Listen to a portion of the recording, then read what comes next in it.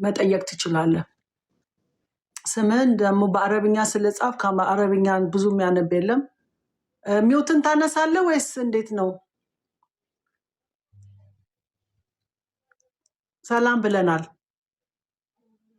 ሰላም ሰላም። በምንነጋገረው ዙሪያ ላይ ይሄ ሰውዬ ባቀረቧቸው ጥያቄዎች የምትጠይቀው ነገሮች አሉ?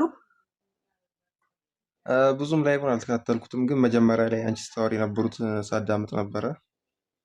በጣም ኢፍትሃዊ አይደለም። እንደዚህ አይነት ነገር በጣም ነው የሚያስጠላው።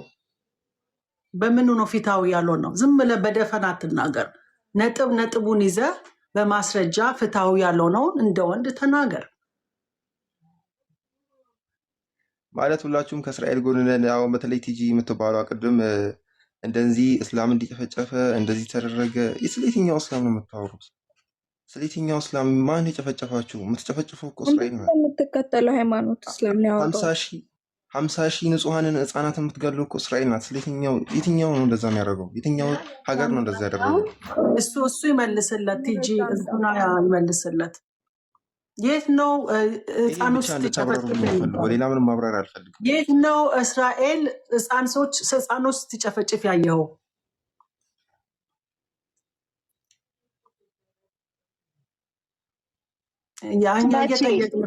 የትና መቼ ያስረዳን እስኪ። ማስረጃ ይስጠን። የትና መቼ ነው እስራኤል ልጆችን የጨፈጨፈችው ወይ ሴቶችን የምትጨፈጭፍ ያለችው? ትነግረናለህ? እና እስካሁን ድረስ ደግሞ በየዓለሙ ሱሳይዳል ባምብ የሚያደርጉት አሁን ወደ እስላምና ወደ ሃይማኖት ዙሪያ ላይ ልገባ አልፈልግም። የቤቱ ፖሊሲ ነው። ግን በዚህ በወቅታዊ ነገር ወይ በታሪክ በመጽሐፍ ቅዱስ የምትጠይቁ ካላችሁ ይቻላል። በሃይማኖት ከኔ ጋር ሳነሳ ይሄ ሀሳብ የኔ ነው ብያለሁ። አንቺን ቤት አይወክልም። ሀሳብ እንደማትፈልጊም አውቃለሁኝ። ግን እነሱ ሲናገሩት የነበረ ልክ መስመር እያለፉ ስለነበር እንደዚህ መስመር አንድ ሰው ገብቶ ሊናገራችሁ ስለሚያስፈልግ ነው። ቤትሽን ሪፕሬዘንት አድርጌ አይደለም የተናገርኩት። ግን ሰውየውን እድል ቢንሰጠው መቼና የት እስራኤል ህፃንና የለውማ መልስ መልስ ቢኖረው አሁን እኮ ይናገር። መልስ ስለሌለው ወዲያውኑ ነው የወደቀው። ፍትሃዊ አይደለም። ሴቶች ትገላለች። በደፈና ነው ሁሉ ነገር፣ በጅምላ በደፈና እና ስለዚህ ደግሞ መማር የሚፈልጉ ካሉ ይኸው እሱም አለ። በኤቪደንስ ነው፣ በታሪክም በባይብልም መናገርና መጠየቅ ያስፈልጋል። ዝም ብሎ በደፈና እኮ ማንም ሊሰማ አይችልም። ውሸት ደግሞ ትንሽ ሰው ሊሰማው ይችላል፣ ግን ዘለቃዊ አይሆንም። የሚዘልቅ ነገር አይደለም። አሁንም መጥቷል። እንግዲህ በስነ ስርዓት የምትጠይቅ ከሆነ ፖይንት ያሉትን ጥያቄዎች የምታመጣ ከሆነ ካለ ኤቪደንስ ካለ ተናገር። ዝም ብለህ ግን በጅምላ አትናገር። ሚውትን አንሳና ከሱ ጋር ተነጋገር።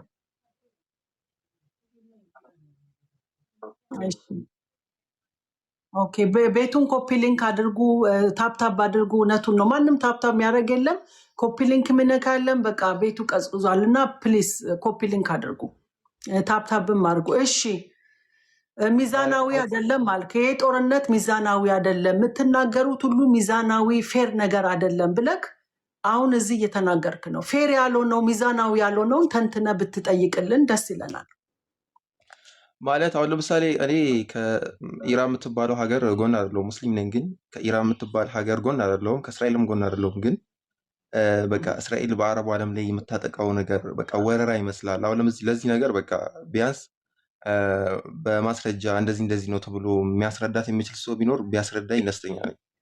እኔ ያለሁኝ አውራኝ የአረቡን ሀገራት በወረራ ብለሃል።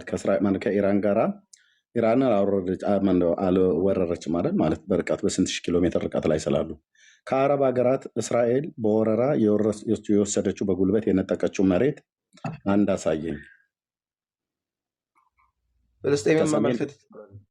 ከሰሜን እስከ ደቡብ የጠየቁን ጥያቄ መልስልኝ። የጠየቁ ጥያቄ ከአረብ ሀገራት በወረራ ምናም ነገር ብለሃል። አረብን ወራ አስቸግራለች ምናም ነገር ብለሃል። ከአረብ በወረራ የወሰደችውን መሬት በደቡብ፣ በምስራቅ፣ በምዕራብ በሰሜኑ ንገረን። ስለ መሬቱ ብቻ ለማዋስ ሳይሆን አሁን ጦርነት የምታካሂደው እስካሁን እየወረደችው ሀገር ያለችው እስካሁን እየወረደች ያለችው ግን ፍልስጤምን ነው። ፍልስጤምን አሁን ለምሳሌ አጋምሰዋለች። ስለ ፍልስጤም ነው አሁን ለምሳሌ ወረደች አልኩት። አሁን ለምሳሌ ጦርነት የምታካሂድባቸው ሀገራቶች የፍልስጤም ምድር ከየት እስከ የት ድረስ ያለው የወረረችው ነው የወሰደችው? ድንበሮቹ እንዳለ ተከቦ ተይዘዋል። በጣም በፍልስጤም አሁን ጦርነቱ የለም፣ ግን መጀመሪያ ሰዓት በነበረው ጦርነት ምን ሀገር ነበረ? ጓዴ እሺ ንገረን። ወደኋላ ሁሉ ነው የምንሄደው። ብዙ ሺህ ታሪክ ወደኋላ ልንሄድ እንችላለን። የቅርብ ዘመናትን ብቻ አይደለም። የፍልስጤም ምድር ተብሎ የተባለው በታሪክ በኤቪደንስ ላይ የተደገፈ መጽሐፍ ቅዱስም ከሆነ የምጠቅሰው ካልሆነም ከመጽሐፍ ቅዱስ ውጭም ከሆነ የምጠቅሰው ከፍልስጤማውያን የታሪክ መዝገብም ላይ ከሆነ ከእስራኤላውያንም የታሪክ መዝገብ ላይ ከሆነ ከየት እስከየት ድረስ ያለው ነበር የፍልስጤም ምድር ተብሎ የተጠራው? ከየት እስከየት ያለው ነበር የእስራኤል ምድር ተብሎ የተጠራው? በወረራ ከፍልስጤማውያን ላይ ነጥቃ የያዘችው መሬት ካለ እስራኤል የማይገባትን የእሷ ያልሆነውን የራሷ አድርጋ ነጥቃ የወሰደችው ካለ እሱም በታሪክ አሳየኝ፣ በመጽሐፍ ቅዱስ ወይ በታሪክ መጽሐፍ። ቴንኪው። መጀመሪያም በቁርአን በጣም ብዙ ሂስትሪ አለው። ለዛ መጀመሪያም እኮ እስራኤል አልነበረችም። ከዛሬ 70 ዓመት በፊት ነው የተቋቋመችው። ትንሽ የሀገር ሆና ማለት ነው። የት ነበሩ ከዛ ቤት? ከዛ በመላ አውሮፓ ሀገር ላይ የተበታተኑ ህዝቦች ናቸው።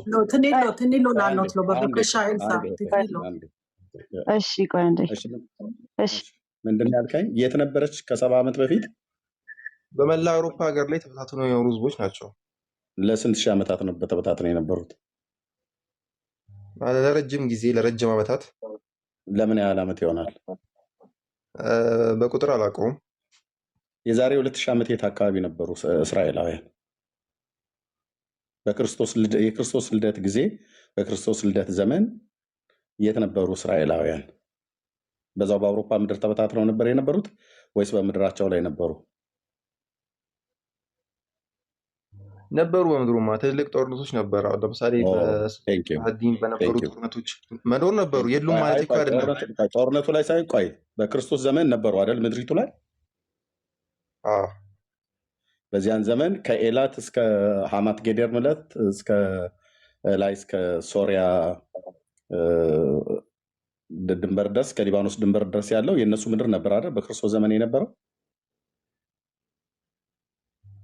አይደለም። ስለዛ በትንታኔ ነግረን በጣም ስለስፋታቸው ሳይሆን ነግረህ መኖራቸውን ግን አምናለሁ።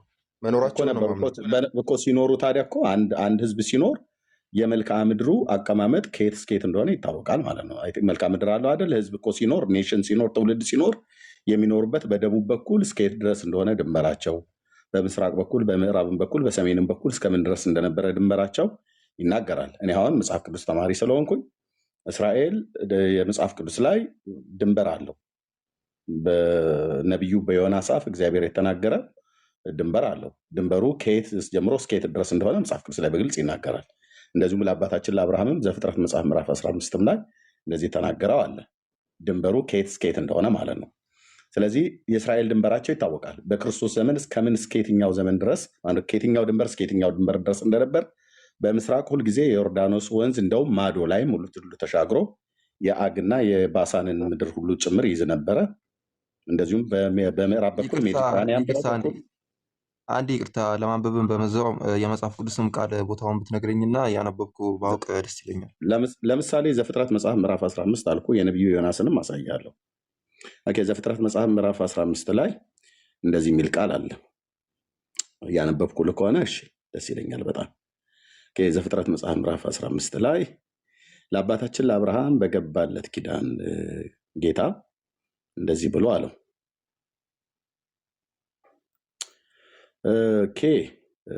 እግዚአብሔር በተገለጠለት ሳለ ላይ ቁጥር 18 መጽሐፍ ቅዱስ ከያዝክ ዘፍጥረት መጽሐፍ ምዕራፍ 15 ቁጥር 18 በዚያን ቀን እግዚአብሔር ለአብርሃም እንዲህ ብሎ ቃል ኪዳን ገባለት፣ ከግብፅ ወንዝ ጀምሮ እስከ ትልቁ ወንዝ እስከ ኤፍራጥስ ድረስ ይህችን ምድር ለዘር ሰጥቻለሁ አለው ይላል። ከየት እስከየት? ከግብፅ ወንዝ። የግብፅ ወንዝ የተባለው በትንቢተ ኤርምያስ መጽሐፍ ምዕራፍ 2 ላይ የሺሆር ወንዝ ተብሎ የተባለው ማለት ነው። ከዛ ጀምሮ እስከየት? እስከ ኤፍራጥስ ወንዝ ድረስ። ኤፍራጥስ ደግሞ ማለት የአሁኗ ኢራቅ የቀድሞ ባቢሎን ማለት ነው። እስከዛ ድረስ ለአንተና ይችን ምድር ለዘር ሰጥቻለሁ። ብሎ አለው ይላል እና ቀናናውያን፣ ቄዜናውያን፣ ቀድሞናውያን፣ ኬጣውያን፣ ፌሪዛውያንና ፋራማውያን፣ አሞራውያን፣ ከነአናውያንና ጌርጌሶናውያን፣ ኢያቡሳውያን እነዚህን ሁሉ የአሕዛብ መንግስታትን ምድር ሰጥቶታል እግዚአብሔር ለአባታችን ለአብርሃም። ይህ ክፍል የቱ ጋር ነው የተጻፈው? ዘፍጥረት መጽሐፍ ምዕራፍ 15 ከ18 19 20 እንደሆነ ያነበብኩት ማለት ነው። ኦኬ በአማቴው ልጅ በነቢዩ በዮናስ አፍ የተነገረው የእግዚአብሔር ቃል ደግሞ እንደዚህ ይላል ማለት ነው። 14:25 ላይ ሶሪ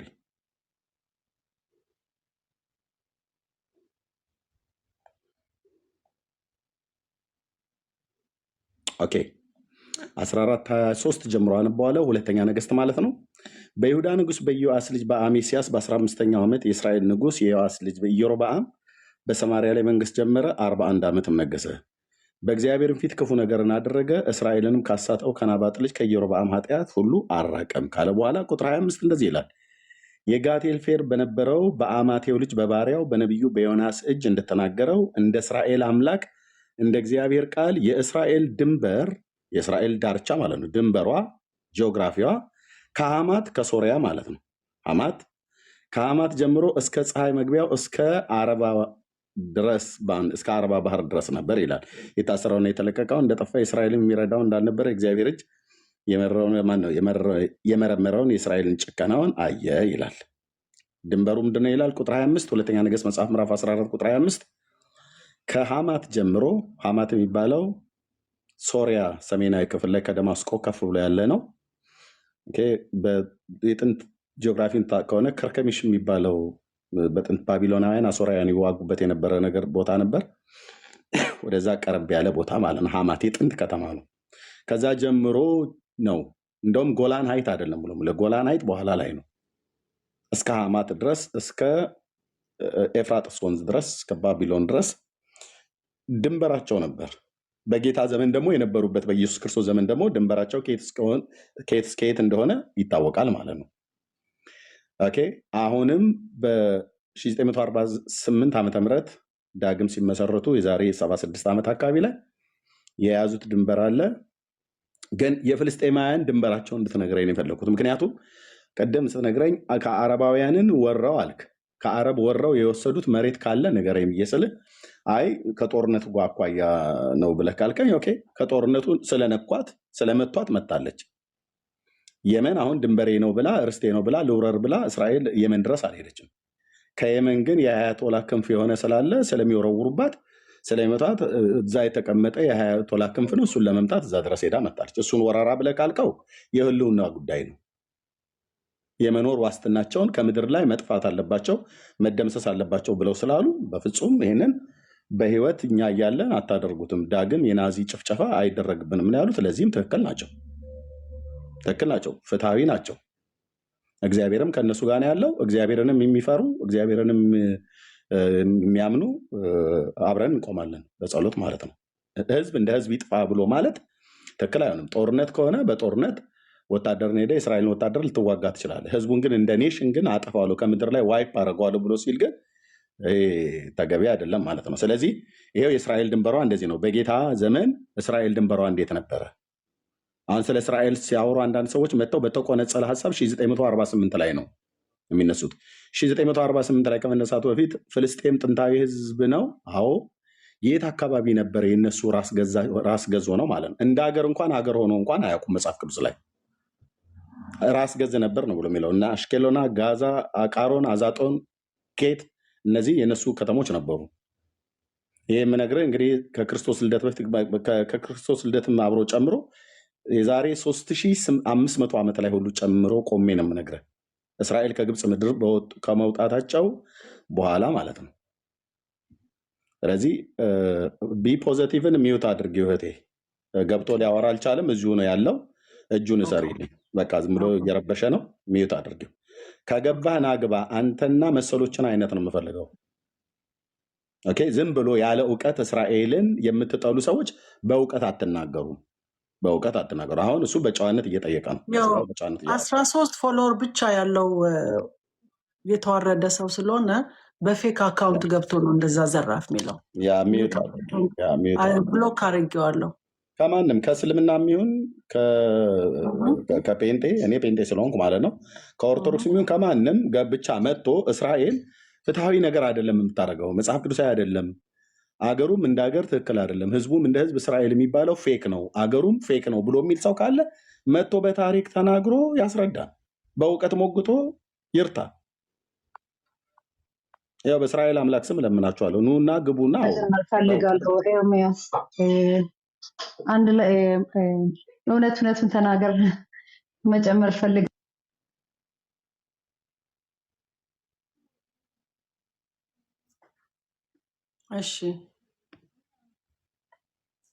እሺ ቀጥል። እሺ ስለዚህ ይሄንን ነው እያልን ያለ ነው ወንድማችን። ስለዚህ በወረራ ተብሎ የሚባለው እስራኤል ወራ ከፍልስጤማውያን ላይ ነጥቃ የያዘችው ሀገር የለም። ካለም በስድስቱ ቀን ጦርነት በወረራ ሳይሆን በውጊያ ተዋግታ የኔጌቭ የሲናን ልሳነ ምድር የግብፅን ቦታ የሆነውን ሁሉ ወስዳ ነበረ። ያኔ በጦርነት አሸንፋ ነው፣ ግን ቢሆንም መልሳለች። ኤላት ከታች ያለችው ደቡባዊ ክፍል ላይ በቀይ ባህር ዳርቻ ላይ ያለችው ከተማ ከጥንትም ጀምሮ የእስራኤል ናት። የአምላካችን የእግዚአብሔር ቃል ዘዳግም መጽሐፍ ምዕራፍ 1 ላይ በስርዓት ተጽሟ ተጽፏል። ከዛ ጊዜ ጀምሮ እስካሁን ድረስ ይጠራበታል ማለት ነው። ስለዚህ እስራኤል አሁን የያዘችው መሬት እንደውም ፍልስጤማውያኑ ያላግባብ ይዘውባታል። ዌስት ባንክ የሚባል ሀገር እኛ በመጽሐፍ ቅዱስ ላይ አናውቅም፣ ሰማሪያ እንጂ የሚባለው ጁዲያና ሰማሪያ ነው የሚባለው። ዌስት ባንክ ብለው ያሉት በምዕራባውያኖቹ በእንግሊዝ በተያዘበት ጊዜ የተሰየመ ስያሜ ነው። እሱ ክፍል መጽሐፍ ቅዱስ የሚነግረን እጃችን ላይ ያዝኑ በዓለም ዙሪያ ያለ መጽሐፍ ቅዱስ አማኞች በሙሉ የምናምነው ሰማሪያ ነው ተብሎ የሚባለው። ስለዚህ እንደውም በዛ ቦታ ላይ አሁን የሚኖሩቱ ፍልስጤማውያን ናቸው። ያ የሆነበትም ምክንያት ደግሞ እስራኤል ከምድሩ ላይ ተማርኮ ያኔ ከጌታ ከኢየሱስ ክርስቶስ ሞት በኋላ በተለያየ ምድር ላይ ስለተበተኑ ነው። ቢበተኑም ከጌታ ጋር ተጣልተው ነው፣ ከእግዚአብሔር ጋር ተጣልተው ነው። እግዚአብሔር ህዝቡን መልሶ እንደገና ደግሞ በፉጨት ጠርቶታል። በመለኮታዊ ተአምራቱ በመለኮታዊ እጁ እስራኤልን መልሶ 1948 ላይ እንደ ሀገር መስርቷታል። ሲመሰርታት የጥንቱን ካርታቸውን ይዘው ነው ይገባናል ያሉት። ያውም ደግሞ እንደው ቅድም ባነበብኩት አሁን ዘፍጥረት መጽሐፍ ምዕራፍ 15 ላይ ባነበብኩት፣ ሁለተኛ ነገሥት መጽሐፍ ምዕራፍ 14 ቁጥር 25 ላይ ባነበብኩት በአማቴው ልጅ በነቢዩ በዮናስ አፍም እንደዚሁም ጌታ ራሱ የእስራኤል አምላክ ቅዱስ እግዚአብሔር ለአብርሃምም ለአባታችን ባወራው መሰረት በተነገረው ነገር መሰረት ከሆነ እንደውም አልያዙትም ገና ርስቱን ማለት ነው። እስከ ሐማት ድረስ ነው ያለው፣ እስከ ኤፍራጥስ ወንዝ ድረስ ነው ያለው። ስለዚህ እስራኤል የሰውን ሀገር ወራ አልያዘችም። አሁን ደግሞ ኪሮ ጥያቄ አለ ብሎ ነው የገባው። ይምጣ። አይ ጥያቄ አለ ብቻ አይደለም፣ እኔም ጠይቃቸዋለሁ። ጥያቄ ጠይቁኝ፣ እኔን ግን ጥያቄ ይቀበላል በሙሉ። ጥያቄም እንድጠይቃችሁ ትፈቅዳላችሁ ማለት ነው። ጥያቄ ጠይቆ መውጣት ብቻ የለም። ከጠየቀኝ አንተም ተቃራኒ ሀሳብ አለ ማለት ነው። ቴንክ ዩ። ስለዚህ ምንድነው እያልኩ ያለሁት? እስራኤል የእሷ ያልሆነ የአባቶቻቸው ምድር ያልሆነ የያዘችው ቦታ ካለ ንገሩን።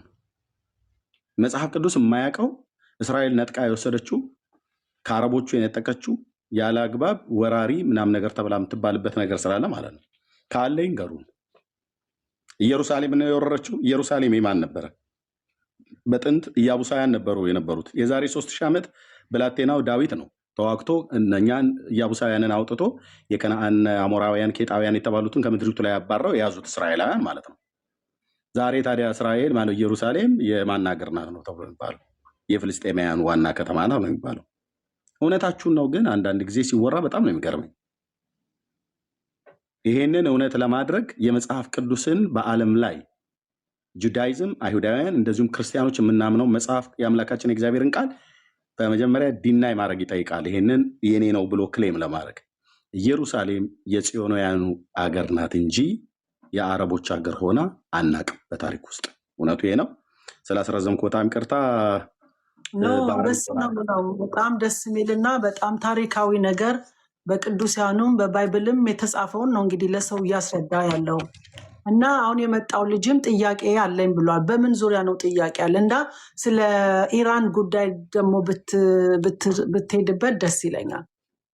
ኦኬ ያው እኔ ያለውን ሲቹዌሽን እንደ አንድ ግለሰብ ፐርሰናሊ የምረዳው ነገር ምንድነው እስራኤል አሜሪካና እንግሊዝ ሚድል ኢስት ላይ ያላቸውን የበላይነት ለማስጠበቅ እንደ ጭቃ ጠፍጥፈው የሰሯት ሀገር ነች እንጂ ምንም እዛ ቦታ ላይ እኮ ከማረፋቸው በፊት አፍሪካ ሁላ ፈላልገው ነበር። ዩጋንዳ ምናምን እኮ ጠይቀው ነበር ፍልስጤም ላይ ከማረፋቸው። መረጃ አስተንሽ እንደ ጭቃ ጠፍጥፈው የሰሯት ሀገር ነች ነው ያልከው እንግሊዝና አሜሪካ እነሱ ምን ማለት ነው? ሰጧት። ቆይ አድመጠኝ። እውቅና ለምሳሌ ኢየሩሳሌምን ስታስፋፋ በእንትና ጊዜ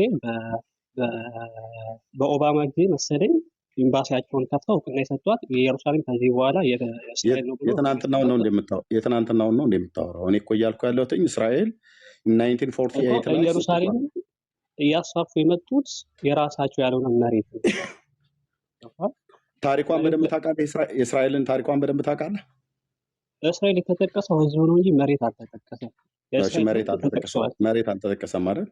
መሬት ከተጠቀሰ አሳየ ችግር የለውም። እሺ ቴንክ ዩ። ህዝብ ግን ተጠቅሷል። ህዝቡ የሚኖርበት መሬት ምንድነው ተብሎ የሚጠራው? ህዝብ ነው የተጠቀሰው። የሚኖርበት ህዝቡ የሚኖርበት እስራኤል ይባላል። እስራኤል ብሎ የሚለው ህዝብ የሚኖርበት ምድር ፍልስጤም ነው ተብሎ የሚባለው የእስራኤል ህዝብ ከአረቦች ጋር ይኖሩ ነበረ። እኔ ጠየቅኩን መልስልኝ። እስራኤል ህዝቡ እንጂ መሬቱ አይደለም ነው ያልከው። ልክ ነው። ህዝቡ እስራኤል የአባታችን የያዕቆብ ስም ነው። እስራኤላውያን ተብለዋል ልጆቹ ማለት ነው። ለምሳሌ መጽሐፍ ቅዱስ የምታውቅ ከሆነ ወይ ታሪክ የምታውቅ ከሆነ ቄዳር የሚባል ህዝብ አለ ማለት ህዝብ አለ፣ ጎሳ ወይ ደግሞ አንድ ግለሰብ አለ። የእስማኤል ልጅ ነው። በአረብ ልሳነ ምድር ላይ ይኖር የነበረ ማለት ነው። ቄዳር ግን የቄዳር ድንኳኖች ውስጥ የሚኖሩ ቄዳራውያን የቄዳር ልጆች ጎሳዎች ናቸው። ነባዮት ብሎ የሚላለ እነሱም ልክ እንደዛው መንደሮቻቸው በየሰዎቹ በየግለሰቦቹ ስም ይጠራ ነበር ማለት ነው። ኤዶም ብሎ የሚል ስም አለ ድሮ። ኤዶም ማለት የኤሳው የያዕቆብ ወንድም የኤሳው ስሙ ነው። ኤዶም ኤዶሚያስ ተብሎ ተጠርቷል። በዛው በግለሰቡ ስም ነው የተጠራው ማለት ነው። ስለዚህ እስራኤል እስራኤላውያን ተብለው ተጠርተዋል። እስራኤል የአባታችን የያዕቆብ ስም ነው። ከሱ የተወለዱ 12 አባቶች እና ከሱ የተወለዱ ዘሮቹ በሙሉ እስራኤላውያን ተብለው ተጠርተዋል። ኦኬ እነሱ ይኖሩበት የነበረው ምድር ምን ነበር ተብሎ ቢጠራ የነበረው? ፍልስጤም ነው ብላ ያልከኝ አይደል? ፍልስጤም ተበታትነው ነበረ። ኦኬ ቴንክ ዩ። አይ ምድሩ ፍልስጤም ነበር አይደል ተብሎ የሚጠራው የነበረው? እዛው ሚድል ኢስት ላይ ነበሩ፣ ፍልስጤም ነበሩ። የት ነበሩ አይደለም።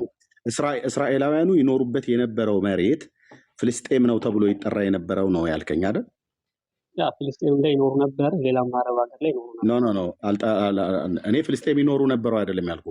እስራኤላውያኑ ይኖሩበት የነበረው ለምሳሌ ከተሞቻቸውን ካወቅ ከኤላት ጀምሮ እነ ቤርሸባ በሙሉ አሁን ሃይፋ የተባለው ወይ ደግሞ ኢየሩሳሌም የተባለው በሙሉ የገሊላም ላይ ያሉት በመሀልም በምስራቅም በምዕራብም በሰሜኑም በደቡብ ያሉ ከተሞቻቸው ላይ ይኖሩ የነበሩት እስራኤላውያኑ ሰዎቹ እንጂ እስራኤል ተብሎ የሚጠሩት መሬቱ ግን እስራኤል ተብሎ አይጠራም ነው ብለህ ያልከኝ። መሬቱ የፍልስጤም ምድር ተብሎ ነበር ይጠራ የነበረው ያኔ።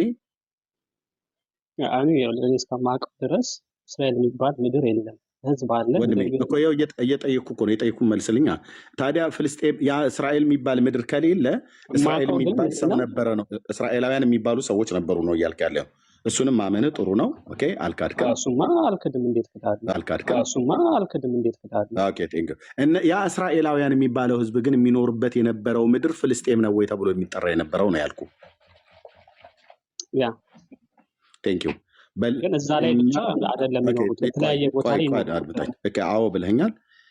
አሁን እስራኤላውያኑ ከሚቀበሉት ክርስቲያኖችም ከሚቀበሉት ከመጽሐፍ ቅዱስ ከብሉይ ኪዳን ምድሩ ፍልስጤም የፍልስጤም ምድር ተብሎ ይጠራ ከሆነ የሚናገርበትን ክፍል ስጠን፣ ከራሳችን መጽሐፍት ማለት ነው።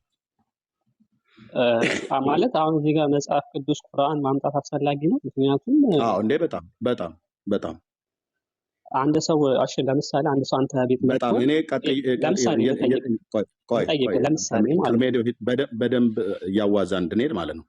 ምንድነው ያልከኝ ቅድም? ልብ በል እስራኤላውያን የሚባል ህዝብ አለ አልከኝ። እሱን አንተ ማመንህ ጥሩ ነው። ኦኬ አዎ አለ። ባይኖር ነው። ኦኬ አዎ አለ። ባይኖርም አሳምናለሁ። እስራኤላውያን የሚባል ህዝብ መኖሩን አንተም ማምናል። ጥሩ ነው። ይሄ አንድ መንገድ ነው። እነዛ እስራኤላውያኑ የተባሉት ወገኖች ይኖሩበት የነበረ ዘመን ጠቅሰህ ለምሳሌ ስትነግረን ወይ በክርስቶስ ዘመን ወይ ከክርስቶስ በፊት ወይ ደግሞ አሁን የምጠቅሰው ዘመን ካለ እነዚህ እስራኤላውያኑ የሚባሉት ወገኖች ይኖሩበት የነበረ ምድር ነበረ። ያ የሚኖሩበት ምድር የፍልስጤም ምድር ተብሎ ተጠርቷል ይብስላ አዋልከኝ። ስለዚህ ጁዳይዝም አይሁዳውያንና ክርስቲያኖች ከምንቀበለው ከመጽሐፍ ቅዱስ ከብሉይ ኪዳን ማለት ነው ምድሩ የፍልስጤም ምድር ይባል እንደነበረ የተናገሩ የእግዚአብሔር ነቢያት ከሙሴ ጀምሮ እስከ ሚልኪያስ እስከ አንድ ክፍል ንገረን። እኔ ሪሊጂየስ ላይ ብዙም እስከዚህም ነኝ፣ ግን እኔ ማለት የራሴ ኦፒኒየን ነው የምነግርህ። አንደኛ ነገር አሁን ያሉት እስራኤሎች በፊት ከነበሩት እስራኤሎች ጋር በጣም የተለያዩ ናቸው። አንድ አይደሉም። አይ ቆይ አሁን ኦፒኒየን ነው የምትነግረኝ ማለት ነው። ኦፒኒየን ደግሞ ማንም ሰው ኦፒኒየን ከማውቀው ማለት ነው ከማውቀው የምታውቀው ምንድነው ከራስህ ከአይምሮ ያፈለግከው እንጂ ወይ የሊቃውንቱን መረጃ አልጠቀስክም፣ ወይ የታሪክ ማስረጃ አልጠቀስክም፣ ወይ ቢብሊካል መረጃ አልጠቀስክም፣ ወይ ምንድነው ጂኦግራፊ መረጃ አልጠቀስክም ማለት ነው። ስለዚህ ከራስ ነው ምን ብዬ ልጠቀስልህ? ያ መሬት መጀመሪያም ሰፍረውበትና እስራኤል የሚባል መሬት እንደነበረ እስቲ አሳየኝ እና ከዚህ በኋላ እኔም ያ መሬት የእስራኤል እንደሆነ ልመስል። ኦኬ ጥሩ ጥያቄ ነው የጠየቀኝ። ኦኬ እሺ፣ እታች ኮሜንት የምትጽፉ ሰዎች ብትገቡ ደስ ይለኛል። የተሳደቡ ነው ለምን እንደሚሳደቡ በጣም ነው የሚሳደቡት። አዎ እሱንም ከምሰድቡት እኔም ከምሰድቡ ገብታችሁ በእውቀት አውሩ። ማን ነው መግባት የሚፈልገው? ቁጥር ይጻፉና አስገባቸዋለሁ። አዎ መዲ ያልሆነ ኮሜንት የሚጽፉትን ሚዩት አድርጋቸው። ማን ኮሜንት እያደረጉ እየበዝጉ እኮ ነው። እሺ አሁን ይሄ ልጅ ያለው ብዙ ቦታ እንሰማለን እኛ ሚዲያ ላይ። አሁን ያሉት ይሁዳኖች እና እስራኤላኖች ፊት መጽሐፍ ቅዱስ የሚላቸው የተለያዩ ሰዎች ናቸው። አሁን ያሉት ይሁዳኖች ከፊት ከነበረው ጋር ምንም ግንኙነት የለም ብለው ብዙም እንደዚህ የሚያምኑ ሰዎች አሉ። በዚህ ነገር እሺ እኔ ከመጀመሪያው ላይ አንድ ክፍል ልናገርና ከዛ ላይ ሌሎችም እሰጣለሁ። አይ ቲንክ እታች ኤደን እና ማናቸው ኤልያው የሚባሉ ሁለት እስራኤላውያን ወገኖች አስገቡኝ እያሉሽ ነው። ጦርነት ከፈለክ ላስገባለን። ጦርነትና በዛው እና በሰላማዊ እያወራን እንትኑን በኤቪደንስ ነው። ዝም ብሎ መከራከር ደግሞ ቦታ የለውም። ቴንክ ዩ። እሺ እዚህ ለጠየቀው ወረደ ያ ሰው። እሺ አለ። እሺ ምንድነው በጥንት ዘመን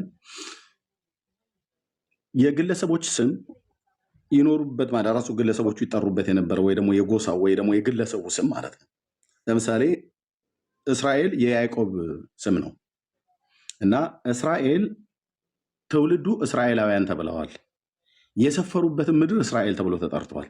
ለምሳሌ እዚህ የእስማኤል ልጆችን ዘፍጥረት መጽሐፍ ምዕራፍ 25 ቁጥር 16 ላይ አምጥቻለሁ።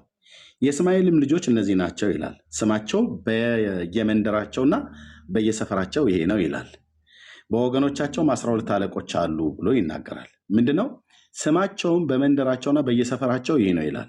ልክ ቄዳራውያን ተብለው እንደተጠሩ ማለት ነው። የቄዳር ድንኳኖች ተብሎ የሚባልበት ቄዳር የሚባለው የእስማኤል ልጅ ሆኖ ይኖርበት የነበረ በዚህ በደቡቡ ክፍል ላይ ባለ በሱር ምድረ በዳ አካባቢ ላይ ይኖር የነበረ ሰው ነው። ይሄ የመጽሐፍ ቅዱስ ታሪክን የሚነግረን በጥንት መካከለኛው ምስራቅ የነበረ ጥንታዊ ሕዝብ ነው። ይኸው ዘፍጥረት መጽሐፍ ላይ የግለሰቡ ስም ለምሳሌ እስማኤልም የኖረበት ዕድሜ ዘመን 137 ዓመት ሆነ፣ ነፍሱንም ሰጠ ሞተም፣ ወገኖችም ተከማቸ። መኖሪያቸውም ይላል ይኖርበት የነበረው ከኤውላጥ አንስቶ በግብፅ ፊት እስከሚገኘው እስከ ሱር ነው። ሱር ምድረ በዳ ያልኩትኝ ይህን ነው። እስከ ሱር ምድር ድረስ ወደ አሶርም በሚወስደው መንገድ ላይ ነበረ። እንዲሁም በወንድሞቻቸው ፊት ተቀመጠ ይላል። ስለዚህ መንደሮቻቸው የሚጠሩበት ለምሳሌ የቄዳር ቄዳር ነው ተብሎ የሚጠራው። ምንድነው ቴማን ቴማን ነው ተብሎ የሚጠራው። ለምሳሌ በነቢዩ በዕንባቆም መጽሐፍ ምዕራፍ 3 ላይ ትንቢተ ዕንባቆም ምዕራፍ 3 ላይ ምን ይላል? እግዚአብሔር ከቴማን ቅዱሱም ከፋራን ተራራ ይመጣል፣ ክብሩም ሰማያት ከድኗል፣ ምስጋናውም ምድርን ሞልቷል ይላል። ቴማን የማን ልጅ ነው? የእስማኤል ልጅ ነው። እግዚአብሔር ከቴማን መጣ ሰውዬ ሲል ከሰውየው መጣ እያለ አይደለም። ይሄ ቅዱሱ የፋራን ተራራ የሚባለው ይኖር የነበረው የእስማኤል ልጅ የሆነው ቴማን እሱ ይኖርበት የነበረ ቦታ ላይ ያለ ተራራ ነው ይሄ ተራራ። ስለዚህ በግለሰቡ ስም ነው ተራራውም የተጠራው አካባቢውም የተጠራው ማለት ነው። ልክ እንደዚሁ የቄዳርን አሳይቻለሁ፣ እንደዚሁም የቴማንን አሳይቻለሁ። ልክ እንደዚሁ እስራኤላውያን ልጆቹ የያዕቆብ ልጆች እስራኤላውያን ተብሎ መጠራት ብቻ ሳይሆን ወይ ያዕቆብ እስራኤል ተብሎ መጠራት ብቻ ሳይሆን ይኖሩበትም የነበረ ምድር የእስራኤል ምድር ነው ተብሎ የሚባለው። ለምሳሌ በ12ቱ ነገድ አባቶች ርስት ተደርጎ ከተሰጠ በኋላ የይሁዳ ምድር ተብሎ ተጠርቷል። ደቡቡ ክፍል ማለት ነው። የይሁዳ ምድር ተብሎ ተጠርቷል። የዛብሎን ምድር ተብሎ ተጠርቷል። የንፍታሌም ምድር ተብሎ ተጠርቷል። አቤት ከታች ጃማይካን የሚታረጊዋለች እየተሳደበ ነው። ኦኬ አይ ዛሬ የሚሳደብ በጣም ነው ያለው። በዛብን እንደው ብንሞት ብናረግ ብሎክ ብናረግ ማለቅ አልቻሉም። እሺ ኦኬ ምድሩ ለምሳሌ ምድር እንግዲህ እኔ የነቢያት አባቶችን ቃል ነው እያወጣ የምናገረው። ለምሳሌ በነገድ አባቶች ስም ተጠርቷል። የይሁዳ ምድር ተብሎ ተጠርቷል። የዛብሎን ምድር ተብሎ ተጠርቷል። የንፍታሌ ምድር ተብሎ ተጠርቷል። መጽሐፍ ለምሳሌ በትንቢተ ሚክያስ መጽሐፍ ምዕራፍ 5 ላይ ተጽፏል። የይሁዳ ምድር በጣም ብዙ ቦታ ላይ አለ። እዚህ በትንቢተ ኢሳያስ መጽሐፍ ምዕራፍ 9 ቁጥር 1 ላይ ነገር ግን ተጨንቃ ለነበረች ጨለማ አይሆንም ካለ በኋላ በመጀመሪያው ዘመን የዛብሎንን እና የንፍታሌምን ምድር አቃለለ ይላል። በኋለኛውም ዘመን በዮርዳኖስ ማዶ በባህር መንገድ ያለውን የአሕዛብን ገሊላ ያከብራል ብሎ እነዚህን የሁለት የነገድ አባቶች ንፍታሌምንና ዛብሎን የማን ልጆች ናቸው? የያዕቆብ ልጆች ናቸው። ያ ምድር የማን ምድር ነው ይላል? የዛብሎን እና የንፍታሌም ምድር ይላል። የት አካባቢ ነው ይሄ ርስት ያለው? በገሊላ ባህር ዙሪያ ላይ ያለው አካባቢ የነሱ ነው። ይሄ ናይን፣ ናዝሬት፣ ቤትሳይዳ፣ ቅፍርናሆም፣ ኮራዚን ምናምን ነገር የሚባሉት ቦታዎች በገሊላ ባህር ዙሪያ ያለው ይሄ የጥብርያዶስ ባህር ተብሎ የሚባለው አብዛኛው ለእነዚህ ለሁለት የነገድ አባቶች የተሰጠ ነው። ይህንን ማረጋገጥ ከፈለግን ሄጄ ያሳያለው በኢያሱ መጽሐፍ ላይ ማለት ነው። ርስት ሲሰጣቸው የተሰጣቸው የቴት አካባቢ እንደሆነ ለአሴር ሲሰጥ የተሰጠበት ቦታ አለ፣ ለይሁዳ ሲሰጥ የተሰጠበት ቦታ አለ፣ ለቢንያም ሲሰጥ የተሰጠበት ቦታ አለ እና የተሰጠው ቦታ በእነሱ ስም ነው የሚጠራው። ልክ ቅድም የቄዳርና የነባዮትን እንዳሳየሁት አሁንም የንፍታሌምና የዛብሎን ምድር ይላል። ይሄ በየነገድ አባቶች የተጠራው ምድር አጠቃላይ የምን ምድር ነው የሚባለው? የእስራኤል ምድር ነው የሚባለው ማለት ነው።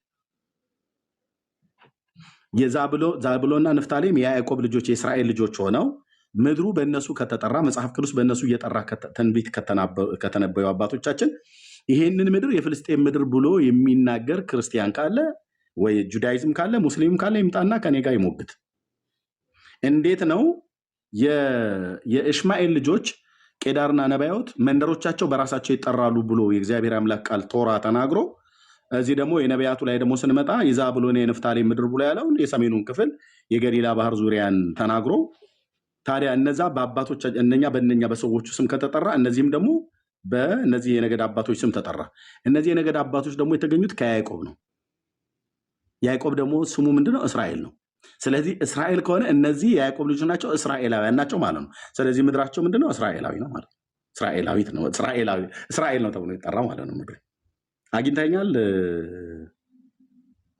የአንተን ፐርስፔክቲቭ ፐርስፔክቲቭ አይደለም፣ እኔ መረጃ አምጥቼ ነው እያሳየኝ ነው እያየሁት። በግልጽ ደግሞ የተቀመጠ ነገር የለም። ያ ምድር የእስራኤል መሆኑን አሁን እንደነገርከኝ በዛ ጊዜ ቦታዎች ይጠሩ የነበረው በስሞች ምናምን ነገር ነው አይደለ? እና እነዛ ቦታዎች የእስራኤል መሆናቸውን በግልጽ የሚያሳይ ነገር የለም። ያ ቦታ እኮ የፊልስጤም ይሄ ንፍታሌምና ዛብሎን የሚባሉት የያዕቆብ ልጆች እንደሆኑ ታውቃለህ?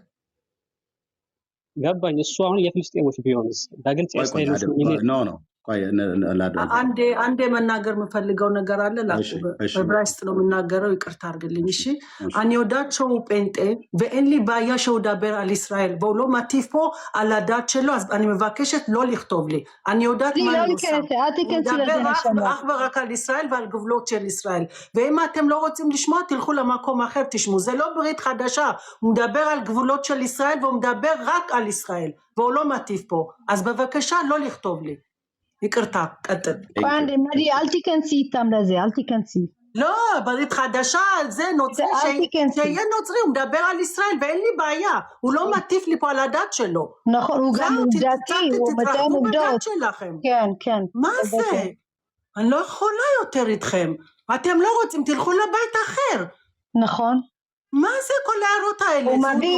הוא זה, אז מה? הוא כל עוד מדבר על ישראל ולא מטיף על הדת שלו, מבחינתי שידבר עד מחר, והוא מדבר לעניין בינתיים. אתם לא רוצים, תלכו למקום אחר. ואני יודעת, את רוצה לבוא לקלל פה, ואני לא אתן לקלל לאף אחד. זה הכל. ይቅርታ አርግልኝ אנחנו לומדים פה, הוא מלמד. ተዳ ይቅርታ አርግልኝ ቀጥል ችግር የለውም የደነች የደን ከድሮ ተጣላኛለች አረ እኔ ጠብ አልፈልግም እዚያው በስነ ስርዓት የተናጋል ስለ እስራኤል ብዙ ማያውቁ ሰዎች አሉ ያስረዳ ነው እንግዲህ መቀበል ከፈለጉ ይቀበሉ መብታና ግን የደነች የደን ምን ብዙ ጊዜ ታቀኛለች ከፌስቡክ ጀምሮ ተቃወመኛለች ግን ገብተሻውን አስረጂ ተብላ ብትባል ለሌሎች አታስረዳም በዚህ ላይ እኔ ጫጫታ ምናምን ወከባ አልፈልግም ወደ አርስቱ እንመለስ እና ምን እንመለስ ወደ አርስቱ እንግዲህ ይቅርታ አንዴ ፎሎ መልሽልኝና በውስጥ መልክልሽ እንትን አለ እሺ መልሽልሻለሁ ዶንት ሪፕላይ ቱ ዛምክ ማዝ ኮልሽኒያው ኖጥሬው ማቲፍ ብረን እንደበር על ישראל מבחינתי שידבר עד מחר הוא מדבר אמת הוא לא מטיף לי על הדת שלו פה מדיאטות זה עכשיו יש לנו ממש טוב הוא מסביר את זה כל כך טוב בגלל זה אני עושה אני יודעת מה אני עושה ברגע שיובטח על הזה שלו זה משהו אחר אני אעמיד אותו חבל לבזבז את הזמן תפסיקו להתעסק בשטויות you're right just let him teach us he's teaching a fact ማዲ አሁን እነሱ የሚሉትን ነገር እሱ ምንም ሜንሽን ያደረገ አይደለም እዚህ ጋር ስለ ታሪክ ነው እየተነሳ ያለው ስለ ታሪክ ስለ እስራኤል ነው የሚያወራው እና በደስታ እንቀበላለን እነሱ ሜንሽን ያደረጉት ያለው לא אומר מדינה של ישו בבקשה תפסיקו הוא מסביר להם את הגבולות מתקופת התנ"ך הוא מסביר את הבסיס בקה אני לא עונה יותר אתם לא רוצים תלכו למקום אחר ושיקת לי קרתה አንዳንዴ ስሜታው ሆናለሁ ግን ምንም ማረጋ thank you ችግር የለም ኤሊያውን ግን አስገቢው ግድ የለሽም ኤሊያው በጣም ወደ ወንድም ነው እስራኤላዊ ነው ኤሊያው ላክልኝ በለው ኪሚጽዮንን ማለት ነው ከታቸው ኪሚጽዮን ውሽ ማነሽ ኪሚጽዮን አለ ከታ አንድ ጻፍላት ኤሊያው አንድ እንትን ለጌስት ላክልኝ ቅድም ደግሞ ያልከው ማን ነው እሱና ኤደን ነበሩ ኤደን ጽፍ ስላየዋት ግን ኤደን ምጽፈው ነገር ጦርነት አልፈልግም ወይ እኔ ደውረድና እናንተ አውሩ እስራኤል ሰዎች እዚህ በጣም እንትን እያሉ ነው እኔ እንትን እያልኩ ነው የተያየቀን ችግር የለውም አከቻሽ ዩዘርን አስገቢ በጻፈች ነውና ዩዘር ማን ነው ነው ዩዘር ሳይሆን ኪሚጽዮን የሚለው ጽሁፍ አለ እዚህ ጌስት ላይ አላከልኝማ ኪሚጽዮን አንዳንድ ቁጥር የሚጽፍልሽ ነው ወይ ደግሞ ይውታች ወንድም ሄድበት ለምን ተቆጡ አይቆይ ኤሊያው ይግባና እስኪ ነገር ምናልባት እሱ አልተቆጣም እኔ ልንገር ለምን እንደተቆጡ እነሱ ቤተ እስራኤሎች ናቸው እኛ ቤተ እስራኤሎች ነን የቤተ እስራኤል ተከታዮች ሃይማኖቱን በሁሉም ነገር እና አንድ እነሱም ያውቁ አንተ እንትን ጴንጤ አይባልም ያውቁኛል እኮ ጴንጤ ስለው ስለሱ ፕሪች የምታረግ መስሏቸው ነው አንተ የምታረገው ለእስራኤል እና ስለ እስራኤል ዙሪያ ነው የምንነጋገረው ስለዚህ አንዳንዶቹ ወደዛ ልትሄድ የመሰላቸው ታው ባካችሁ ምናም ብዬ ትንሽ ለዛ ነው እንትን ያልኳቸው ለረጅም ሰዓት ነገር እንደዚህ ቁጭ ማለት ስለሚጨንቃቸው ቅድም ያልካቸው ሰዎች የታሉ ላስገባቸው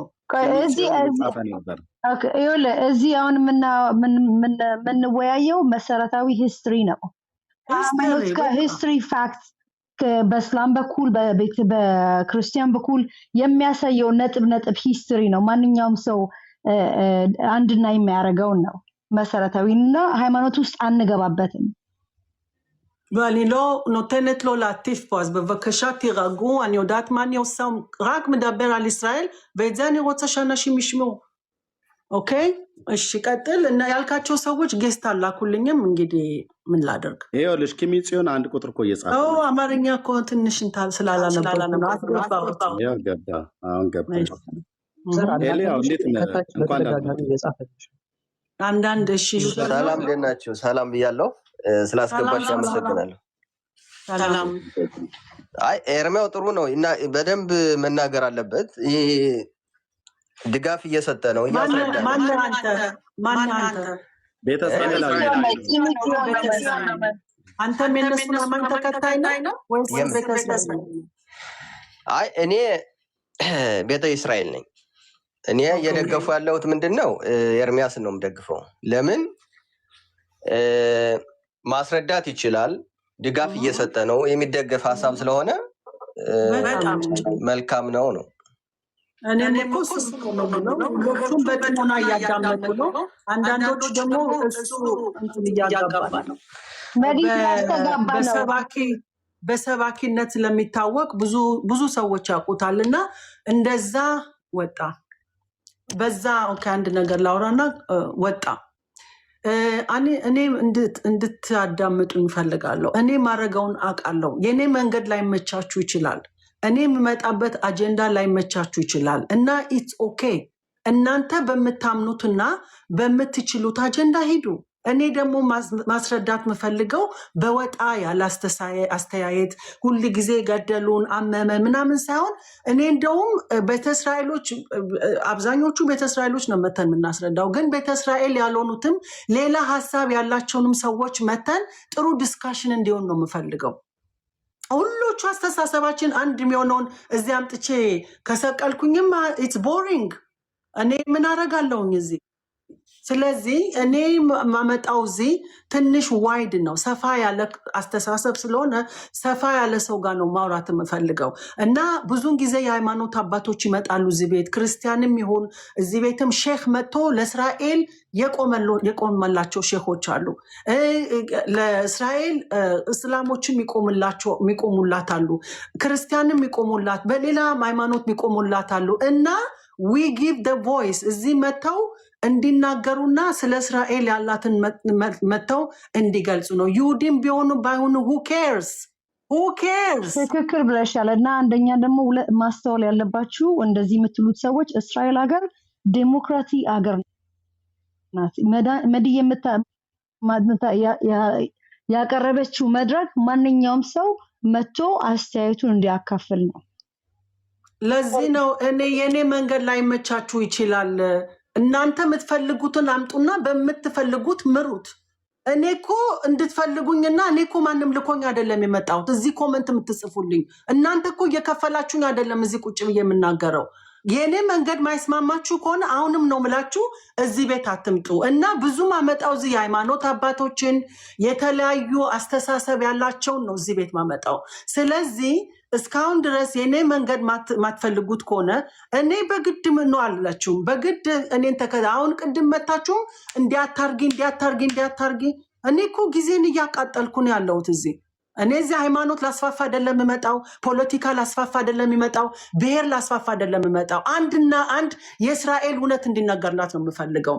ይሄ ደግሞ በባይልክም በታሪክ በሚያውቁትም በተለያየ ነገር እየመጡ እንደፈለጉ መናገር ይችላሉ። ይሄ ነው እንግዲህ ከፈለጋችሁ ተቀበሉ፣ ካልፈለጋችሁ ደግሞ አዝናለሁ። መሪዬ you are doing a great job። አሁን ያለበትን እንቀጥል። ኤርሚያስ መቶ ቢቀጥል የጀመረውን አሪፍ ነው።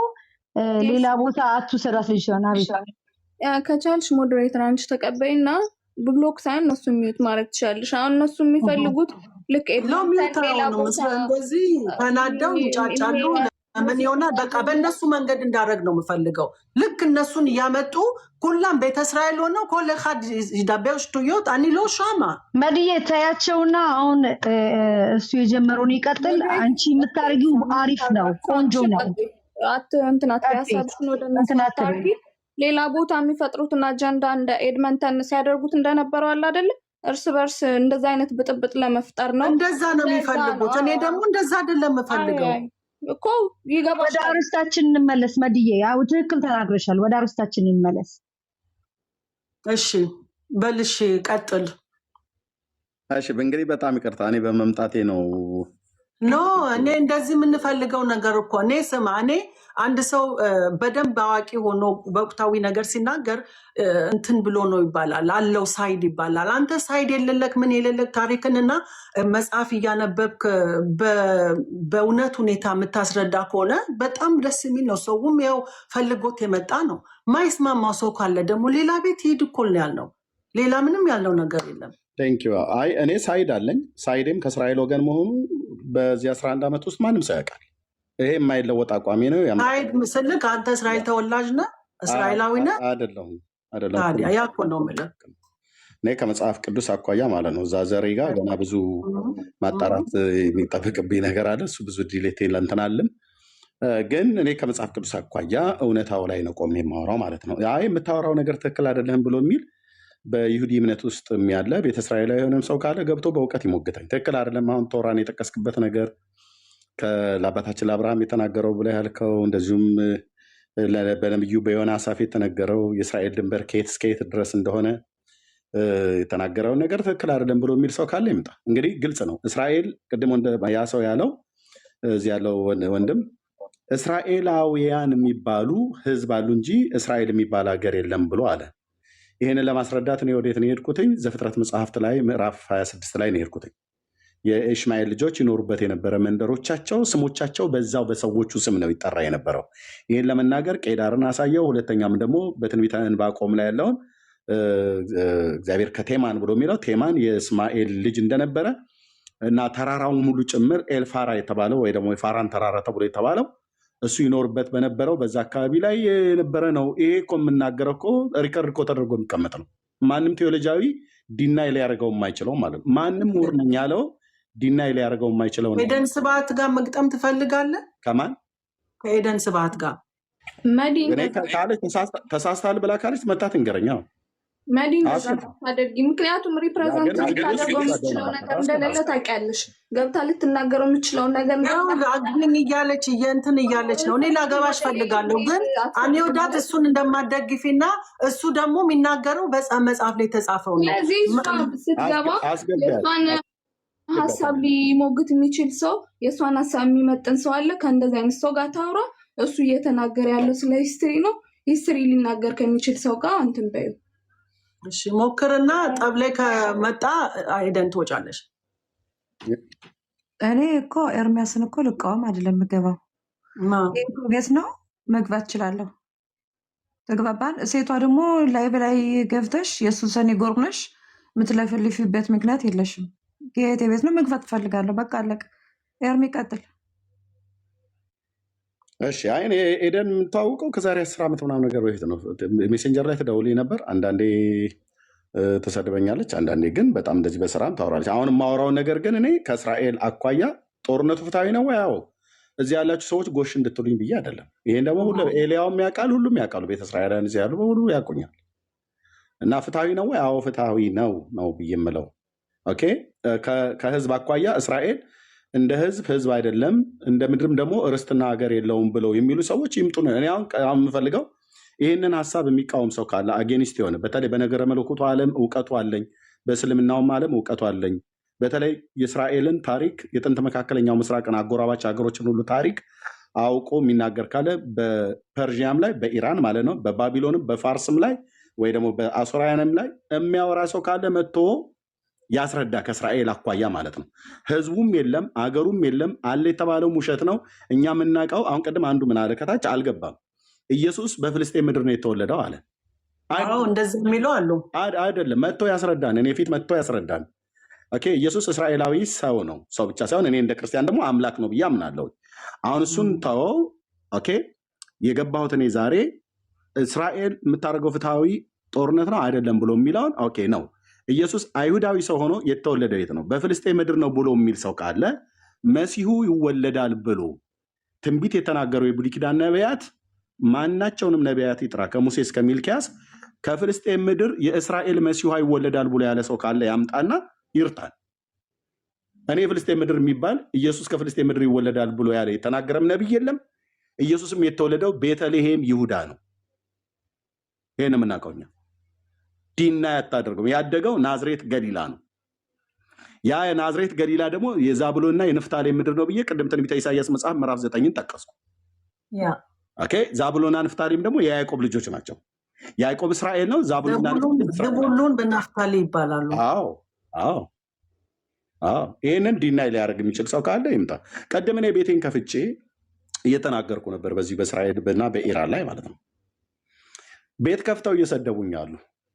ዛሬንም ትውልዴንም ሳያውቁ አንተ አይሁድ ምናምን ነገር እያሉ ሁሉ ማለት ነው። ይሳደቡ፣ መብታቸው ነው። በመረጃ ላይ አይደለም ግን የሚያወራው። አሁን መሳደቡ ሳይሆን ፎቶ ዘቅዝቆ መሳደቡ ሳይሆን ገብቶ በእውቀት መሞገት ነው። እስራኤል የአረብን ምድር ወራ ወስዳለች ተብሎ ሲባል የትኛው መሬት ላይ ነው ከአረብ ላይ ወራ በግፍ የወሰደችው መሬት? እንደውም መጽሐፍ ቅዱስ የሚፈቅድላትን ምድር እንደውም ገና አልወሰደችውም። እውነቱን እንነጋገር ከተባለ ማለት ነው። እውነቱን የእውነቱ ካርታ አይደለም አሁን ያለው። አሁን የሳይናይ መሬት የዛሬ ስንት ጊዜ ነው አስረክባለች ያን ትልቅ መሬት። በዛ ላይ ደግሞ እነ ጆርደን አካባቢ ያሉት እነ ሊባኖስ፣ ይሄ ሁሉ ገና የፊት በባይብል በኩል ሰፋ ያለ ነው። አሁን ያለው አይደለም። ራይት፣ ልክ ነው። ይህን የሚናገር ሰው ካለ መጥቶ ይናገር። የእስራኤል ድንበሯ እንዳልኩት ከኤላት እስከ ሐማት ጌዴር ድረስ ብቻ አይደለም። የዮናስን ካሰብን እስከ ሐማት ድረስ ነው። ሐማት ደግሞ ከደማስቆ ሰሜን ክፍል ላይ ያለ ክፍል ነው። የአባታችን የአብርሃምን ካሰብን ዘፍጥረት መጽሐፍት ምዕራፍ 15 ላይ ቅድም በተጠቀሰው ላይ ከግብፅ ወንዝ ጀምሮ እስከ ኤፍራጥስ ድረስ ነው ያለው። የግብፅ ወንዝ የሺሖር ወንዝ ነው። እስከ ኤፍራጥስ ወንዝ ድረስ ነው ብሎ የሚለው ኤፍራጥስ ደግሞ የአሁኗ ኢራቅ የቀድሞ ባቢሎን ማለት ነው። እና መጽሐፍ ቅዱስ ነቢያቱ የተናገሩላት እግዚአብሔር ለአባታችን ለአብርሃም በተናገረው መሰረት ሙሉን ካርታ አልያዘችም።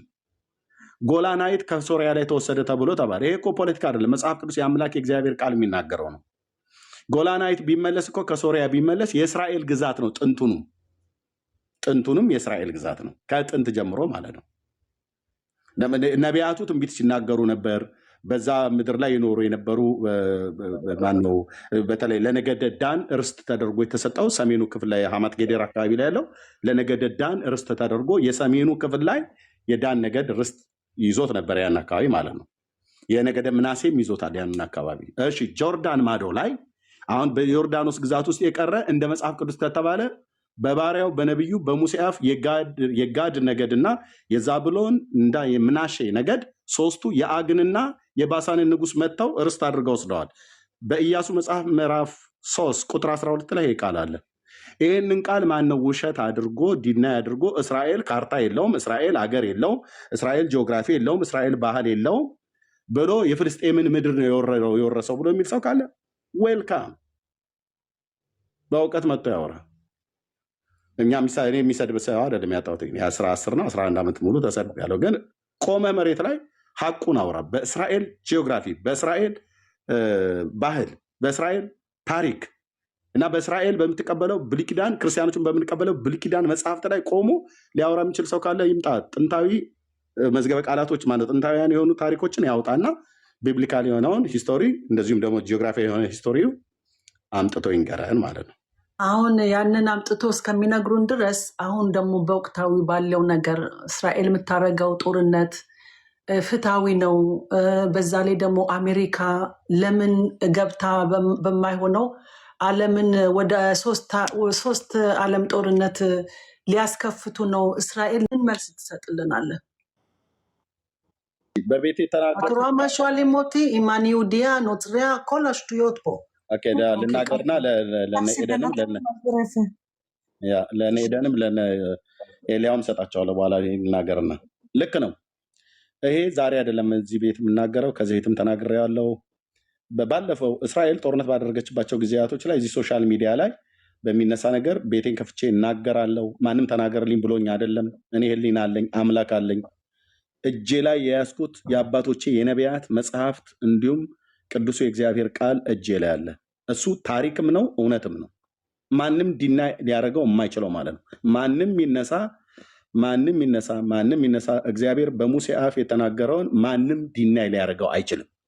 ሰማያት ምድር ቢገለባበጡ እሱን ሐሰተኛ አድርጎ ሰው የራሱን ምልከታ ብቻ በራሱ ምልከታ የኔ አተያይ እንዲህ ነው፣ ለእስራኤል ሕዝብ ያለኝ አመለካከቴ ነው፣ መሬታቸውም እንደዚህ ነው ብሎ በራሱ አተያይ አይደለም ጃጅ የሚያደርገው። ኦኬ። ስለዚህ ወደ ጦርነቱ ስመጣ እስራኤል ጦርነቷ ፍትሐዊ ነው ወይ? እኔ ተከትለው የመጣው በጣም ብዙ ሕዝብ አለው። እዚህ ላሉ ሰዎች ሁሉ የተናገርኩት የእስራኤል ጉዳይ እና የኢራን ጉዳይ ፖለቲካ ነው ተብሎ እንዳይባል ምንድን ነው ፖለቲካው? ፖለቲካ ማለት የህዝብ አስተዳደር ነው። የጂኦግራፊ አያገናኛቸው ድንበር እንደ ጆርዳን በምስራቅ በኩል የሚያዋስናቸው ቢሆን በሰሜን በኩል ሶሪያ እና ሊባኖስ ወይ በደቡብ በኩል ከግብፅና ከምዕራቡ ደግሞ ደቡባዊ ምዕራብ ከጋዛ ጋር በሚያገናኙት ኩታ ገጠም መሬት ሆነው በእርሻ በምናምን ነገር ተጣልተው ቢሆን ኖሮ ኦኬ። በስንት ሺህ ኪሎ ሜትር ርቀት ላይ ያለ ህዝብ ምንድን ነው ከእስራኤል ጋር የሚያጣለው? እሺ ያጣላቸው ነገር አለ። ያጣላቸው ነገር ታዲያ አገርን እንደ ህዝብ መጥፋት አለበት ብሎ የሚል አይነት ብያኔ የሚያሰጥ ነው ወይ? ኦኬ። ሀያቶላና ተከታዮቹ አይሁድና የአይሁድ ህዝብ በምድር ላይ ዋይፕ ተደርጎ ተጠርጎ መጥፋት አለበት ብሎ የሚል ይህንን ሀሳብ ነው የሚያንጸባርቁት። ኦኬ። ሰውየው ደግሞ የተናገረው ተራ ንግግር አይደለም። መሳሪያ ሰርቶ መሳሪያ እየሰራ እያዘጋጀ ኒኩለር እያዘጋጀ ኒኩለሩን አብላልቶ በሚጨርስበት ሰዓት ላይ ባዘጋጀው ሚሳኤል ወሩሮ አሁን እንደሚመታ ከተሞቹን በዛ ኒኩለር ምንድነው በሚሳኤሉ ጫፍ ላይ ኒኩለሩን አስሮ የአይሁድን ህዝብ መጥረግ አጀንዳው ዓላማው ነው ማለት ነው። ለምን? ኦኬ። ከእስራኤል ህዝብ ጋር የፖለቲካ ችግር ካለበት በውጊያ ገጥሞ አሸንፎ የሆነ ነገር ማድረግ ይችላል። ህዝብን ግን እንደ ህዝብ መጥፋት አለበት ከምድር ላይ መደምሰስ አለበት ብሎ ሲል ይህንን እኔ የማየው እንደ አንድ መንፈሳዊ ሰው እንደ አንድ ወንጌል እንደሚሰብክ ሰው አንድ እግዚአብሔርን የሚፈራ የእስራኤል አምላክ የሆነ ሰው የማየው ይህንን በመንፈሳዊ እይታ ነው የማየው። በመንፈሳዊ እይታ ደግሞ ሳየው የግድ ታሪክን ወደኋላ መሄድ አለብኝ። ሲሄድ ሃማ የሚባለው ያ በነ መርዶኪዎስ ዘመን በዛ በባቢሎን የአይሁድ ህዝብ መጥፋት አለበት ብሎ ያለ በሱሳ ግንብ ላይ ያንን ክፋት የመከረ ሰው እሱ ያለበት ምድር ላይ ነው ይሄው ሰውዬ ደግሞ የሚናገረው ማለት ነው። የኤላምን ቀስት እግዚአብሔር የሰበረ ጌታ አሁንም የዚህን ሰው ቀስት መስበር አለበት። እሱ እስራኤልን መስበር ነው የፈለገው፣ ከምድር ላይ ማጥፋት ነው የፈለገው። ስለዚህ እስራኤል ቁጭ ብሎ አጠፋለሁ በየጠዋትና በየማታው በየቴሌቪዥን መስኮት ላይ ወጥቶ ሁሌ የሚናገረው ሞት ለእስራኤል ሞት ለአሜሪካ ይላል። ትክክል። ሁሌ ማለት ነው። ይህን ሞት ለእስራኤል ብሎ የሚለው ሰውዬ የሆነ በትር ሽመል ይዞ አይደለም እንደዚህ ብሎ የሚለው፣ ሚሳኤል አዘጋጅቶ ነው። ቦምብ እየሰራ ነው። ዩራኒየም እያበለጸገ ነው ሞት ለእስራኤል ብሎ የሚለው። ይሄ ሰውዬ አበልጽጎ ሲጨርስ የሰራውን ዩራኒየም አበልጽጎ ወደ ቦምብነት ሲቀይር በሰራው ሚሳኤል ላይ ወርውሮ ጽዮናውያንን ሊያጠፋ ፈልጓል ማለት ነው። ይህን በየቀኑ የሚናገር ሰው ሰማች እስራኤል። ለብዙ ዘመን ታገሰች። ጠቅላይ ሚኒስትሩ በሄዱበት ጉባኤ ይከታተላቸዋል። ጠቅላይ ሚኒስትሩ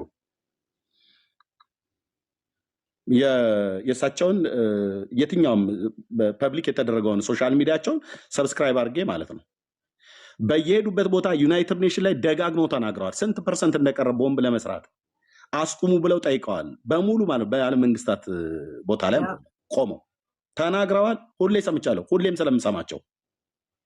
ኦኬ። ማንም ያስቆመ የለም። ማንም ለምን እንደዚህ ትላላችሁ ኢራኖች፣ ለምን እንደዚህ ትላላችሁ ብሎ ያለ የለም። ስለዚህ የአይሁድ ህዝብ እጁን አጣጥፎ ተቀምጦ መጥፋት የለበትም። ቦምቡን ሰርቶት ወርውሮ እንዳለው ዋይፕ ሲያደርጋቸው ከምድር ላይ ሲያጠፋቸው አይደለም እስራኤል መንቃት ያለበት። ሳያጠፋ በፊት መቅደም አለባቸው። ትክክልም ነው። በምድራዊ ህግ፣ በእግዚአብሔር ህግ ማለት ነው። ይህን ውሸት ነው፣ ይህንን ትክክል አይደለም ብሎ የሚል ሰው ነው ገብቶ እኔን ሊሞግተኝ የሚገባው ማለት። ስለዚህ ጽዮናውያኑ ተነስተው እንግዲህ ሞት የቀጠረባቸውን ሞት የወሰነባቸውን ሰዎች እሱ በርቀት ሆኖ መሳሪያ እያስታጠቀ ጋዛን እያስታጠቀ ሐማስን እያስታጠቀ ሂዝባላን እያስታጠቀ ሀውቲን እያስታጠቀ ሶሪያን እያስታጠቀ ኢራቅን እያስታጠቀ የሺያ ሙስሊሞችን በሙሉ እያስታጠቀ አይሁዳውያንን ማጥፋት አለብን፣ ከምድሪቱ ላይ መነቀል አለባቸው ነው። ስለዚህ እኔ አሁን ከጋዛ ጋር ሲዋጉ ለጋዛ ህዝብ ለፍልስጤማውያን ህዝብ እልቂት ተጠያቂው ማን ነው? ሀያቶላ ነው። መሪው እሱ ነው። ትእዛዝ ሰጪው እሱ ነው። አለቃው ላይ ነው የምንሄደው። ኦኬ። እሱ አለቃው ትእዛዝ ሰጪው እሱ ስለሆነ ማለት ነው። ሲንዋር ትእዛዝ ተቀብሎ ትእዛዝ ፈጻሚ ነው። ስለዚህ ኦክቶበር 7 ላይ ምንም ያላደረጉ አይሁዳውያንን እምሽክ አድርጎ ጭዳ ሲያደርጋቸው የአይሁድ ደም የዶሮ ደም አይደለም። ኦኬ ዓለም ላይ ሟገትለት ይችላል። ዓለም ላይ ከራከርለት ይችላል። ባለፈውም አይተናል። ጠቅላይ ሚኒስትሩ ቆመው ሲናገሩ ዩናይትድ ኔሽን ወንበሩ በሙሉ ሰው ለቆ እስኪሄድ ድረስ ማለት ነው። ቅስማቸውን ሰብረው አሸማቀው የሚናገሩት እስኪያጣ ድረስ ሆኖ ባዶ ወንበር አድርገውት ለባዶ ወንበርም ብቻ እነሱ እዛ ጋር ቢነሱ ዓለም እየሰማ ነው።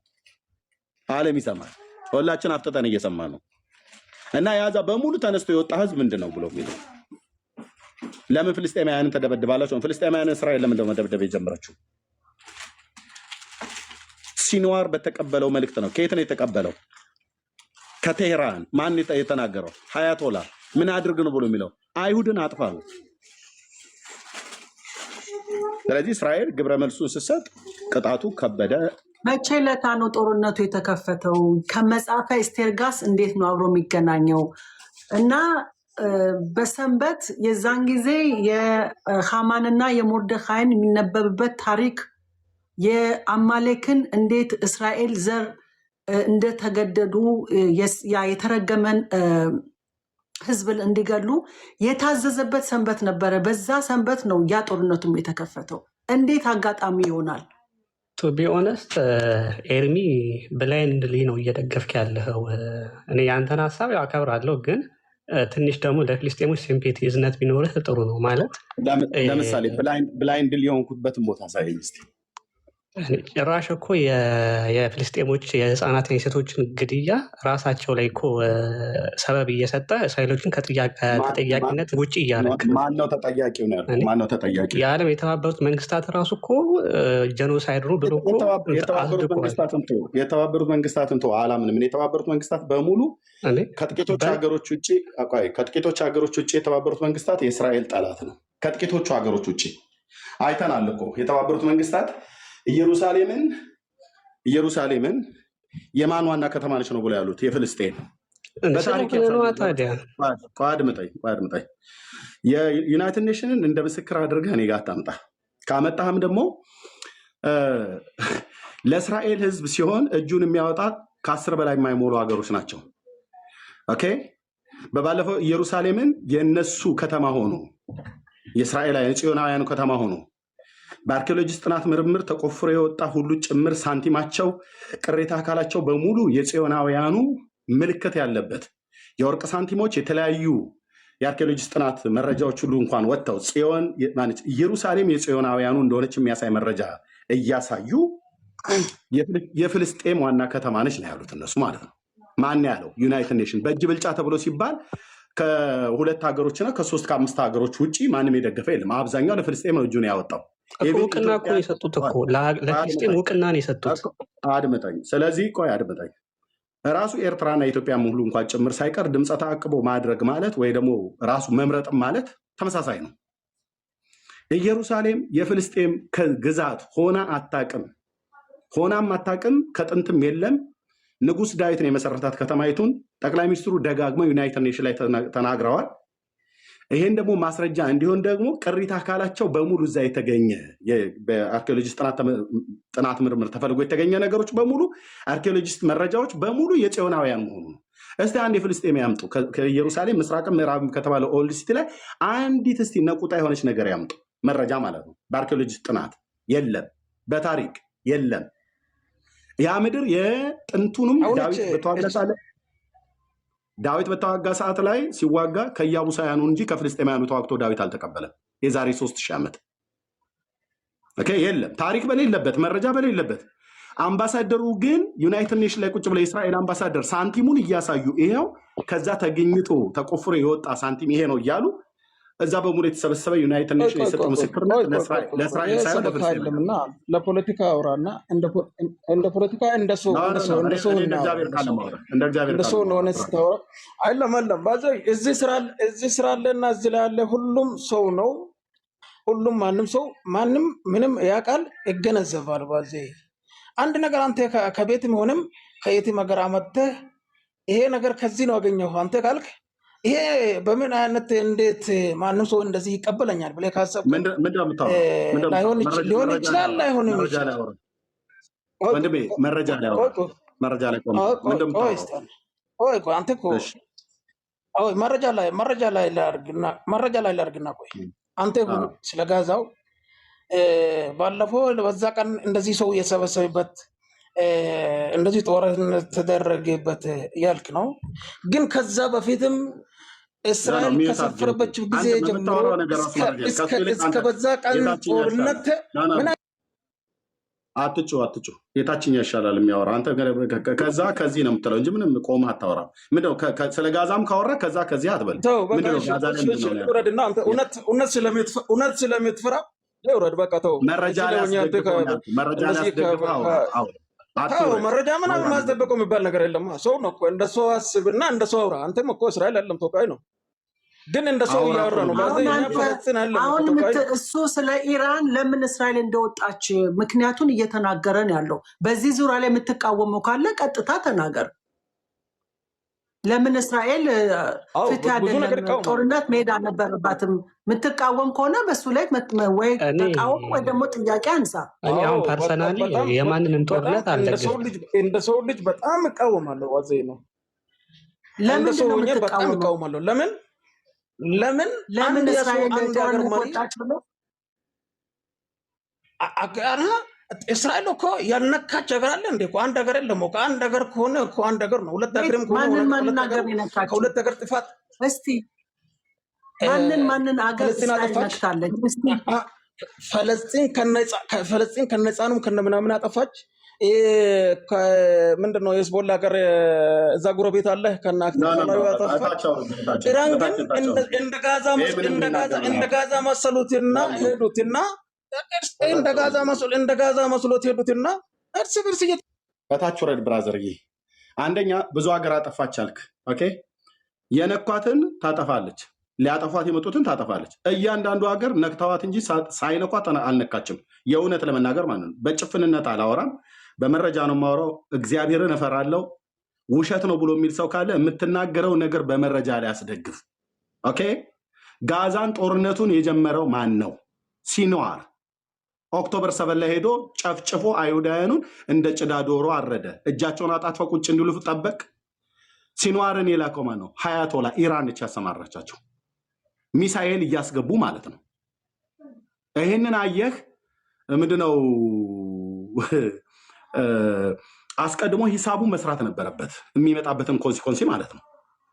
አየህ የሰውን አገር ህዝብ ፌስቲቫል ሊያከብሩ የወጡትን ህዝብ ምንም ፌስቲቫል የሚያክብሩ ይተኙ ምንም ይበሉ በራሳቸው አገር ላይ እንደዛ አይነት ድርጊት አድርገህ በመጀመሪያ የነካው ማንን እንደሆነ ማወቅ አለባቸው። ስለዚህ እስራኤል ምን ያልነካቸው ሀገር አለ ብላልክ? አዎ ነክታለች። ስለ ነኳት ነው የነካችው። ያው የማገለግለው እግዚአብሔር እውነተኛ አምላክ ነው። ሊባኖስ ነክቶ ነው ማነው ሂዝባላ ነክቷት ነው የነካችው። ሸረሪት እያለ ሲሳደብ ነበር። ሸረሪቷ ልክ አስገባችሁ ማለት ነው። ነስራለን ህዝብን አገርን ሸረሪት ብለህ ንቀህ ልክ ዘረኝነት እኮ ሊያውጁ ሲሉ በእንስሳ ስም ነው የሚመስሉት ትውልዱ ማለት ነው።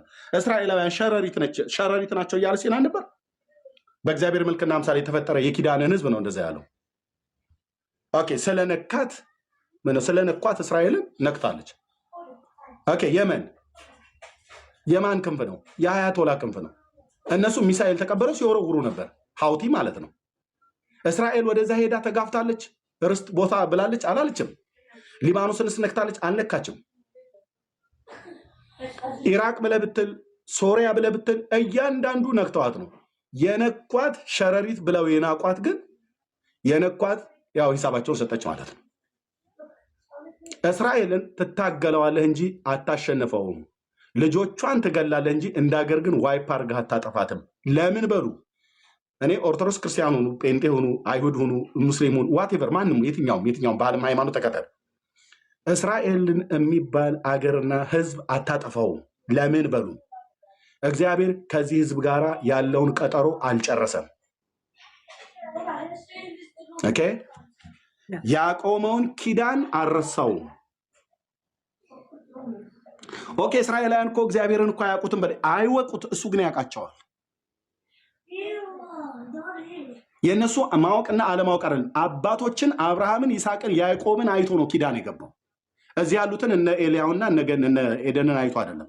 አባቶችን ሶርስ ላይ አይቶ ነው ኪዳን የገባው። ኪዳን ሲገባ ደግሞ ለአንተና ለዘርህ ለዘላለም ርስት እንዲሆን የከነዓንን ምድር ሰጥቻለሁ ነው ያለው። አለቀ።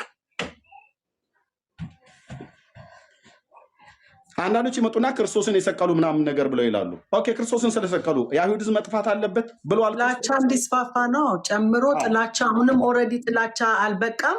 እንጨምር እሳት እንጨምር እናገል የሚሉ ናቸው እነዛ ደግሞ። እኔ ልናገር እሱን። እሺ ክርስቶስን እሺ የሰቀሉ ሰዎች ናቸው ብለሃል። ኦኬ ክርስቶስን ስለሰቀሉ የአይሁድ ሕዝብ በሙሉ ይደምሰስ አለ ወይ? ራሱ ክርስቶስስ አላለም።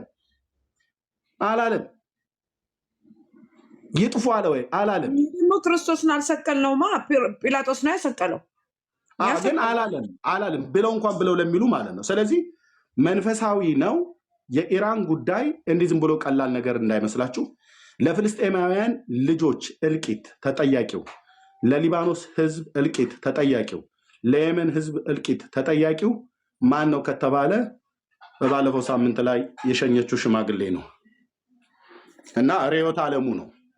ለምን አይሁድ የሚባልን ህዝብ ሲፈጅ ደማቸውን ጠጥቶ ሲሰክር ያኔ እየተጠራራ በየከተማው ቴምር ሊበላ ማለት ነው አይሁድን ገሎ።